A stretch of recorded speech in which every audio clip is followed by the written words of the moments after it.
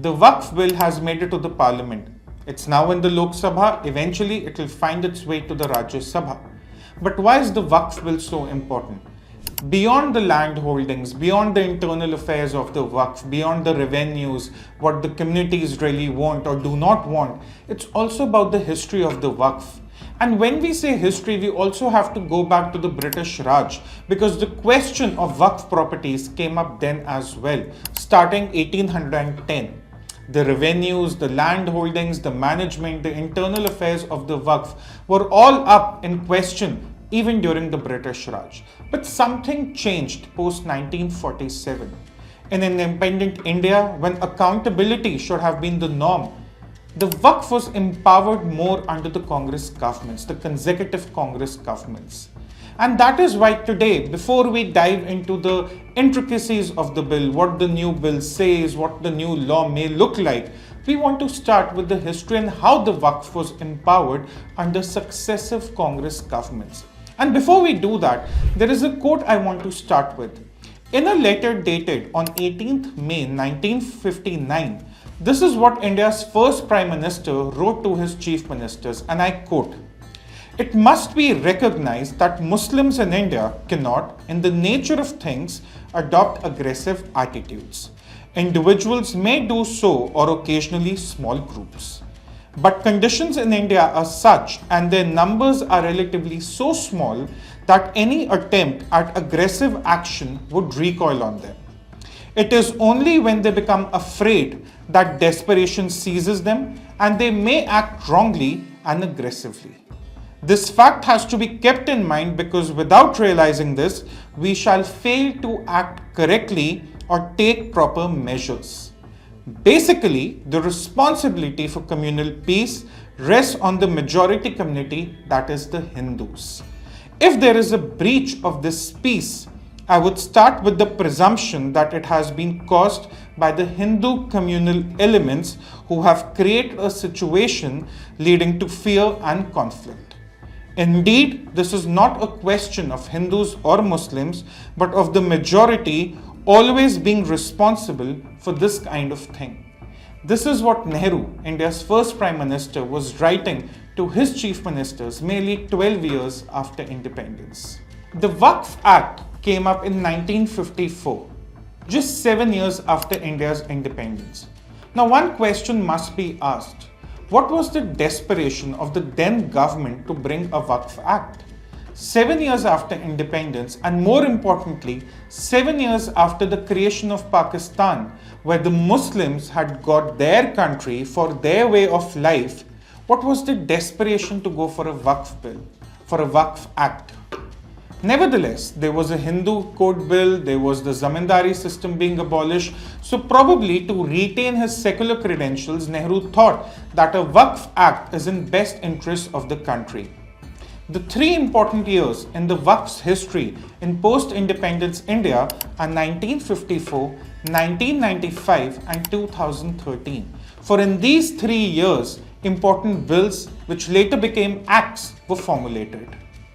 Now again, why is the history of Waqf in post-independence India important? Secularism often is one of the most abused terms when it comes to discourse on national politics and policy making. Merely 7 years after Pakistan was created, merely 7 years after Hindus and Muslims and Sikhs and Christians and Buddhists and Jains and Parsis gave up their land for one single community to create an East Pakistan and a West Pakistan, where did the need for a separate Waqf Act arrive? This is why the history of Waqf, or how Congress empowered Waqf since 1954, becomes really important, because what was started in 1954 became the foundation for the Waqf Act, which culminated in 2013, the final months of the UPA 2 under Sonia Gandhi and Dr. Manmohan Singh.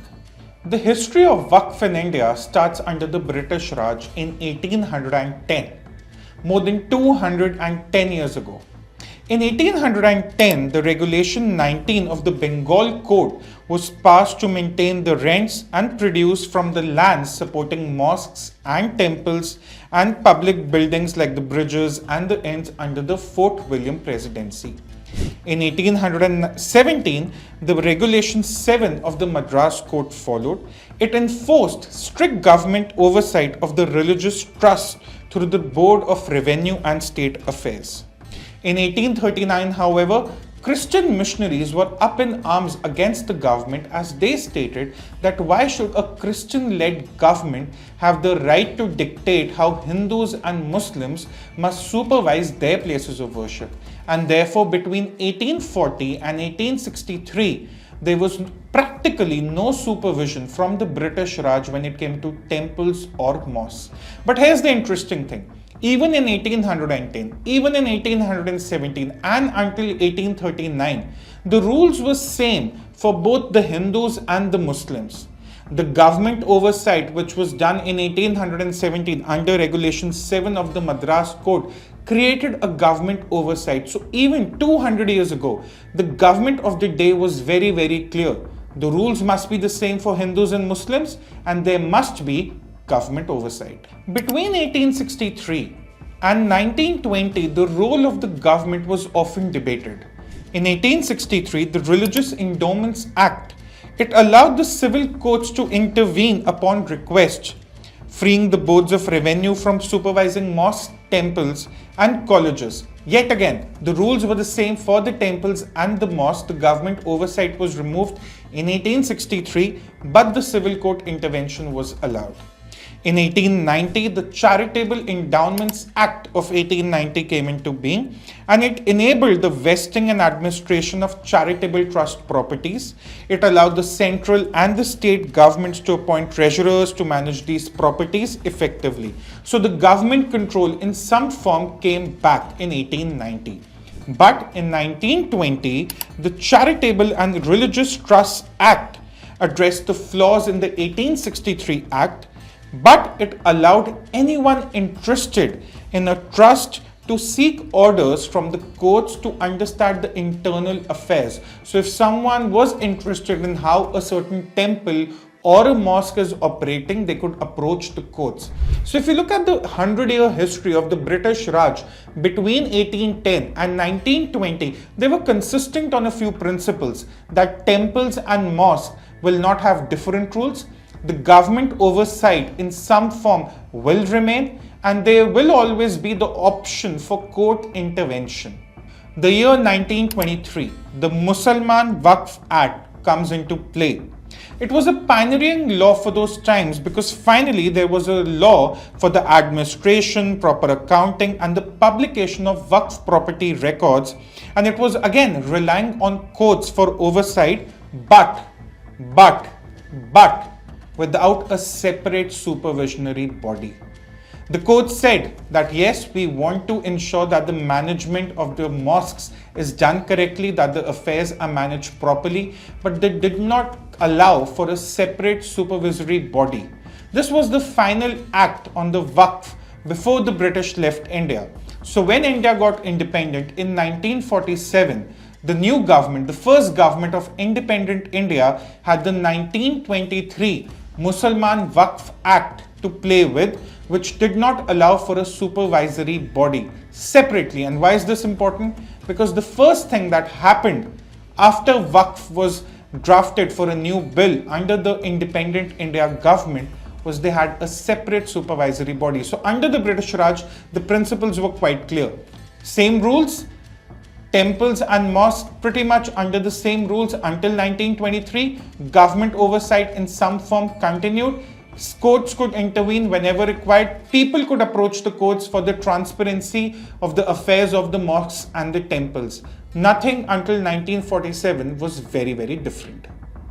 Now in 1954, 7 years after independence, the Waqf Act happens under the Nehru government. The Waqf Act, a central law, was granting extensive powers to manage Waqf properties, establishing the powerful Waqf Boards for the first time. So in 1923, there was no separate supervising body. In 1954, 31 years later, you had the Waqf Boards established. Also, the laws made in 1863, 1890, 1920 and 1923, all of them were repealed. 1954's Waqf Act was now the new rule that the people had to play with 7 years after independence in the post-independent India. Now in 1954, the Waqf Boards were established. They had survey commissioners. These survey commissioners were assumed to be working with the state government, and this became a major point of contention between the government of the day and the Muslim groups in 1984 when the Waqf Amendment Act of 1984 came up for question. The Muslim groups had a few complaints. They thought that the surveys were outdated, that the survey commissioners assumed to be under the control of the government were not doing their job properly, which led to properties of the Waqf being encroached. They were also unhappy that the surveys were not taking care of the properties that were not listed. They were not being updated regularly. And finally, they also wanted a major overhaul to the entire Waqf Act of 1954. They were unhappy with the few amendments that were happening across the 30 years. They wanted a major overhaul. And this is why the 1984 amendment really did not garner much news, and it was more popular because of the backlash that came from the Muslim community. The dissatisfaction in 1984 led to a new Waqf Act in 1995, which has also been referred to as the Principal Act in the Amendment Bill of 2024 and 2025. However, the Muslim groups were still dissatisfied with the Principal Waqf Act of 1995, which led to another JPC being formulated, and finally in 2013 you had the new Waqf Bill, which became an act in the final months of the UPA government. So something began in 1954. There were amendments until 1984. The dissatisfaction in 1984 led to a new bill in 1995. But again, the prolonged dissatisfaction culminated into a new act in 2013, passed months before the UPA government was voted out of power and Narendra Modi was elected as the Prime Minister of India. Now, this is the history of the Waqf. But now let's dive into the empowerment part. How did the Waqf become a problem for the Hindus? If you look at the Mussalman Waqf Act of 1923, it defined the Waqf as a permanent dedication of property by a person professing the Muslim faith for religious, charitable or pious purposes. The Waqf Act of 1954 expanded on this definition and included Waqf by user and Waqf al-Aulad or Waqf for family benefit. So Waqf by user was that any property which has been used for a charitable or a religious purpose can be quantified as a Waqf property without any deed, without the paperwork.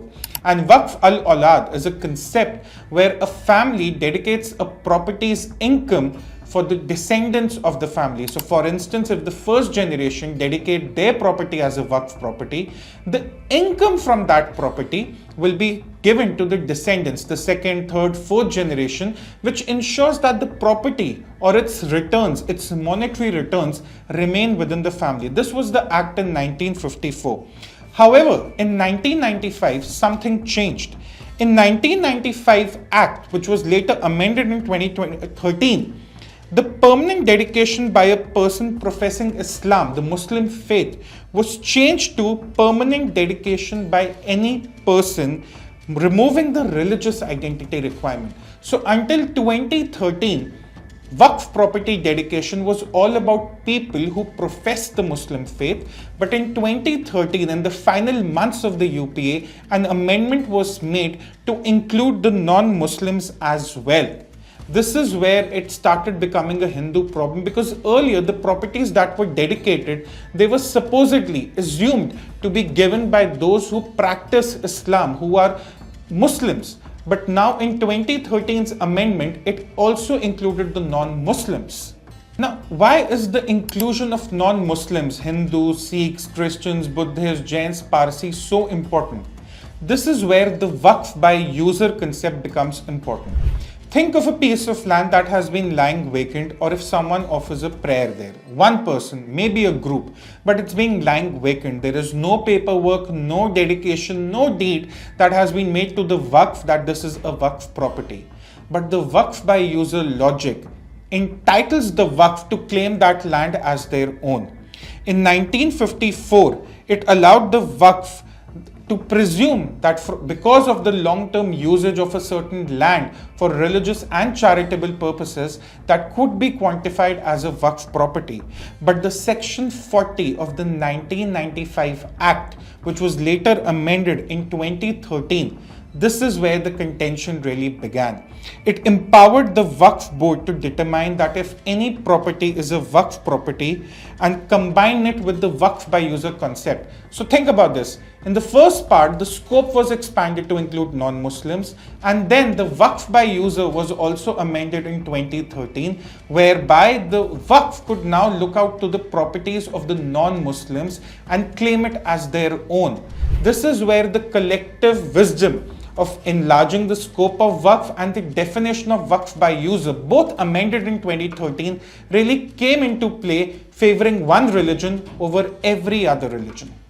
Now this is where that example from Tamil Nadu becomes very, very important. You must have read a report about a Tamil Nadu village being converted into a Waqf property, and when someone from the village went to the local administration to get their land transferred to someone else, to de-transfer to someone else, to their dismay, to their shock, they learned that their entire village was a Waqf property.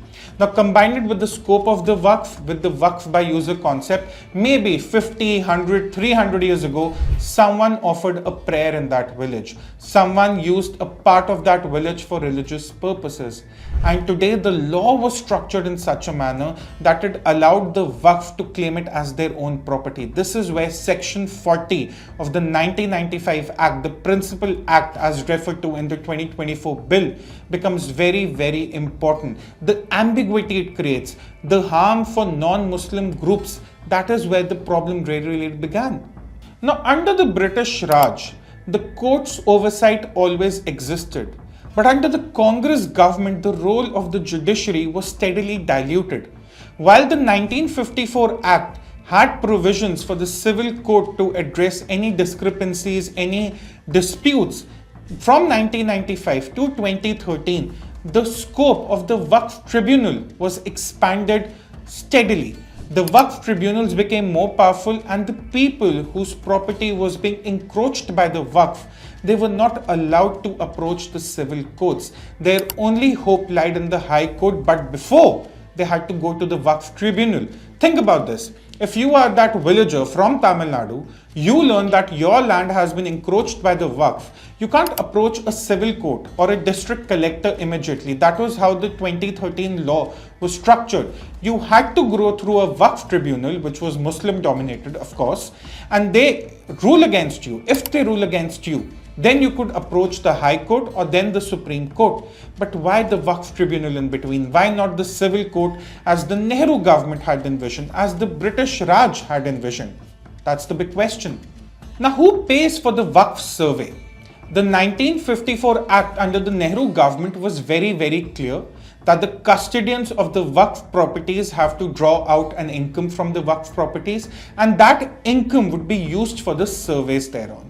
But the 1995 Act, which was amended in 2013, for some reason shifted this monetary burden on the state governments and consequently the taxpayers. Now think about this. Why should the Muslim or even the non-Muslim taxpayers pay for the surveys that are supposed to be done by the Waqf Board of a respective state? Isn't this vote bank politics? Isn't this minority appeasement? And even if the surveys are outdated, the survey cost should be done by the income that is coming from the Waqf properties, which are huge in number across states. Why should the taxpayers be involved? Why should I as a Hindu or you as a Sikh or a Christian or a Jain or a Buddhist being made to pay for a property that is being surveyed for the Waqf? Now the Waqf, it's for the Muslims, by the Muslims, from the Muslims and the non-Muslims. So why aren't the boards, the Waqf boards, also including non-Muslims in them? We have seen that the scope of the Waqf was altered to include the non-Muslims. We have seen how Waqf by user works. So why aren't non-Muslims a part of the Waqf board? Because after all, it's about the management of the affairs, better income generation, more revenues. These aspects can also be dealt by non-Muslims. The 1954 Act, even though it mandated a Muslim-dominated board, it still had room for legislative members like the MLAs or the MPs or people from diverse professions. But somehow coming to 1995, which was then amendment in 2013, the Act sort of created an electoral college which was supposed to nominate only Muslim members. So essentially, you have the Waqf, which has no problems claiming properties that belong to non-Muslims, but somehow the board and the tribunal will only be made of Muslims. Now, for anyone looking at it from a 30,000 feet view, they'll say this is a clear conflict of interest, or the tribunal or the board can be expected to act in a biased manner. And yet, the previous governments under the Congress never thought of really fixing it. Now, let's come to the most important aspect of the Waqf Act, Section 40. Now, Section 40 has its origins in Section 27 of the 1954 Act, which granted the board the authority to investigate and decide if a property is a Waqf property, be it Shia property or a Sunni property, with the decision final unless altered by a civil court. Now, the provision here was that the power to decide if a property was a Sunni property or a Shia property was being taken away from the courts and being given to the Waqf Board. This was the change between the Act in 1923 and the Act in 1954. But the 1995 Act, this is where the change began. It allowed the Waqf to claim properties of trusts and societies registered under the Indian Trust Act of 1882 or the Society Registration Act of 1860 as Waqf properties. And Section 40 of the 1995 Act allowed the Waqf Board to initiate inquiries based on its own belief. Based on its very own belief. This is where the ambiguity strikes, and it could issue show cause notices and mandate registration as Waqf if satisfied, overriding the secular laws. So in 1995, the government was essentially telling the Waqf that if you think that a property belongs to you, go ahead, claim it. That's it. Lock, stock, barrel. No questions asked. The 1995 Act made the decision of the board final, reviewable only by the Waqf Tribunal, eliminating the entire oversight of the civil courts. And that is where Section 40 became so problematic. This is where you heard stories of Waqf properties being sort of called out in every part of India. In Gujarat, it was a government office. In Tamil Nadu, it was a 1500-old village. But suddenly, across the country, Waqf properties were coming up because this is the power that was granted to the Waqf by the government of the day in 1995, stating that if the Waqf feels that a certain property belongs to them, they can issue a show cause notice. If a show cause notice goes against the current owner of the property, it will be reviewed by the Waqf Tribunal. The civil courts will have absolutely no role to play. Absolutely none. Now look at these three aspects. The scope of the Waqf is enlarged to include non-Hindus. The Waqf by user concept is introduced in 1954. In 1995, more ambiguity is added with Section 40. Combine all these three aspects, and what chance, what opportunity does a non-Muslim have if their property is claimed to be a Waqf property by the Waqf Board? They can't go to the civil courts. They have to defend themselves before a Waqf tribunal and a Waqf board which is only having Muslim members, no non-Muslims. This is where the problem with the Waqf is. It's not just the ambiguity, but also the process that follows that ambiguity. Now, let's take an example. Let's suppose that you are one of the villagers in Tamil Nadu, in the same village that was claimed as a Waqf property.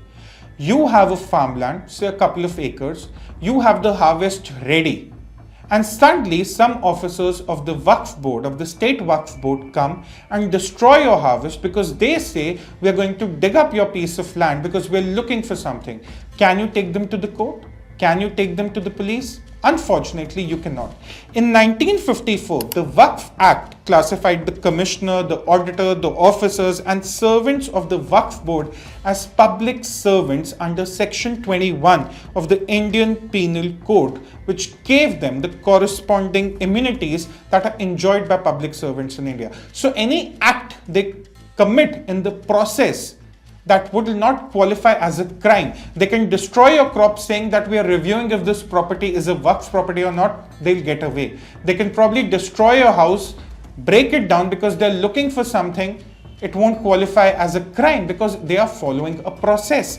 In 1995, the Waqf Act expanded the status of public servants to include the custodians, the managing committee members, the executive officers and anyone, literally anyone holding a Waqf office. Now again, this is not a commentary on the character of the Waqf officers, but the process. If the Waqf officers, while doing their duty, assuming what they call their duty, are destroying someone's harvest, isn't that person liable for compensation? The 1995 Act did not look at it that way, which is really, really unfortunate. Now, how were the rights of the aggrieved parties curbed very steadily under consecutive Congress governments when it came to Waqf properties? Now, please note that the aggrieved parties could be Muslims or the Waqf boards, and under Section 6 of the 1954 Act, they could approach the civil courts. Now, if a dispute happened, the court was very clear. Come to us within a year of your property being listed as a Waqf property. If it's a Shia property or a Sunni property, whatever the dispute is, we'll address it. Assuming you come to us within a year of the property being listed. Now, the High Court in the 70s had a very interesting observation. They said that the non-Muslims, their property rights cannot be jeopardized because they have nothing to do with the Waqf. A similar observation was also made by the Supreme Court, and therefore the definition of any person interested therein, which is used to describe the aggrieved party, until 2013 did not include non-Muslims really, because everyone thought that non-Muslims really don't have a part to play in the Waqf. But in 2013, the amendment introduced changed any person interested therein with any person aggrieved. This was the change made in Section 6, that any person interested therein, which was assumed to be a Muslim, becomes any person aggrieved, which also now automatically includes the non-Muslims. Now, because the non-Muslims are now the aggrieved party, they have to approach the courts, right? No. In 1995, the jurisdiction was taken away from the civil courts and given to the Waqf Tribunal. So it was all happening in a very calculative manner. The scope was enlarged to include the non-Muslim groups. Section 40 was introduced, and suddenly in 1995, any person interested therein has to now approach the tribunals and not the civil courts. And then in 2013, any person interested therein, which the judiciary observed would be a Muslim, becomes any person aggrieved, just to further the ambiguity and include the non-Muslim groups. And suddenly now, the non-Muslim groups did not have that benefit where they could approach the courts even after a year. Because now they were also included in any person aggrieved, they had to go to the tribunal within a year of their property being listed under the Waqf. This was a fundamental change, mind you. Earlier, the non-Muslims were now bound by the 1 year limit, but after 2013, they were. Now, interestingly, in the 1995 Act, a position of the Chief Executive Officer was imagined. This wasn't done in 1954, but the lawmakers in 1995 under the Congress government thought perhaps it's a good idea to have a CEO who will be nominated by the board, a Muslim-dominated board. That CEO will have the power to inspect records and documented related to the Waqf properties or those claimed as such. This was to further give the control to the Waqf boards, now with the CEO. However, in 1995, no such position, no such extension was imagined for the non-Muslims. The question is why? The 1954 Act did not see the need for a CEO, but the 1995 Act did. The question is why, and even then, if the structure of the administration of a Waqf board was being reimagined to sort of move with the times, where was the inclusion of non-Muslims? Now let's talk about another aspect, the alienation of the Waqf property. Now the 1954 Act did not deal with the alienation of Waqf property. What if a Waqf property needs to be transferred, needs to be sold? It did not deal with that issue. In 1995, the Act said that the approval of the board would be required before a Waqf property is gifted, exchanged or mortgaged. In 2013, something interesting happened. Somehow the lawmakers thought of implementing an almost complete ban on the transfer, gift or mortgage of Waqf properties, no exceptions unless it was a lease. Why? Why was the Waqf property being locked down so tightly? Interestingly, new land acquisition rules were added in 2013. The section 51 and 104A also made it very hard for the government to acquire any land that belonged to the Waqf. Interestingly, they had to be not violating any worship laws. Now think about this. The government wants to build a highway.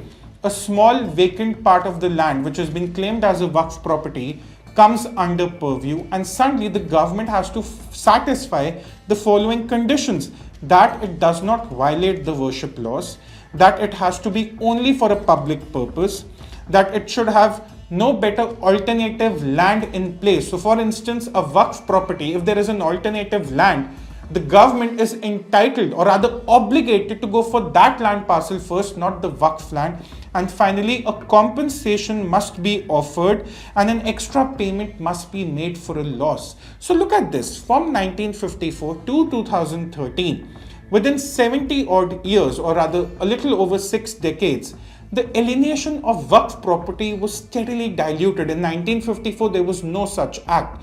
But by 2013, the transfer or the gifting of Waqf property became almost impossible.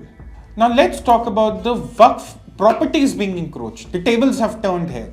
What if someone encroaches upon the Waqf property? Again, the 1954 Act did not give the Waqf board any power to deal with the encroachers, with the trespassers. But in 1995, the CEO, which has been envisioned by the lawmakers, he had the power or she had the power to issue notices and order encroachers to vacate Waqf properties after reviewing objections, and had the arbitrary power to decide if the encroachers had any right to be on the Waqf property. Now normally this would be under the civil courts. Remember the British Raj, the civil courts were deciding if a property is a Waqf property or not, and they were the ones settling disputes.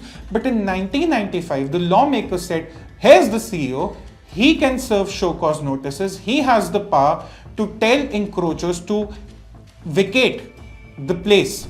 In 2013, this was further amended, the act was further amended, defining the encroacher as anyone, included expired tenants or institutions occupying Waqf land illegally, and it empowered the CEO to remove them under section 54.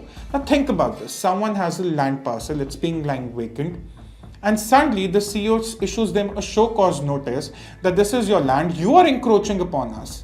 And then their option is to go to the tribunal, and if the tribunal goes against them, then they go to the courts. Somehow this strengthening of power, this accumulation of power with the CEO to decide who is the encroacher and who is not, something that should have been reserved with the civil courts, actually strengthened the Waqf, and it sort of diluted the rights of non-Muslims. Now let's talk about another aspect. We're not done yet. Evacuee properties. Now these are not to be confused with enemy properties. Enemy properties are a subset of evacuee properties. These are properties that were left behind by the people when they moved to Pakistan in 1947. Now in 1954, the Act did not deal with the evacuee properties, but the 1995 Act, 48 years after independence, for some reason included the Evacuee Act, and it said under section 108 that evacuee properties that were Waqf before becoming evacuee properties or were entrusted with the Waqf have to go back becoming a Waqf property. So 48 years after partition, the Waqf was being given the power to claim an evacuee property of which the enemy property is a subset as their own. Why was this sudden change of heart 4.5 decades later by the Congress government? One really doesn't know. Was the same generosity extended to Hindu properties in Pakistan? Absolutely not. But that generosity was extended to Muslims in India under the Congress government. Now, what if I told you that the Congress government of 2013 gave the Waqf Act the power to override other laws? Before 2013's amendment, the Waqf Act did not have the overriding powers, but in 2013, the insertion of Section 108A gave the Waqf Act an overriding power over any conflicting laws or legal instruments, prioritizing it over anyone else. This meant that the law enforced, be it a property law, trust law, or a land acquisition law, all of them were inferior to the Waqf law. The Waqf was the winner. So the Waqf has ambiguity, the Waqf has non-Muslims, and the Waqf also had overriding powers over any conflicting laws.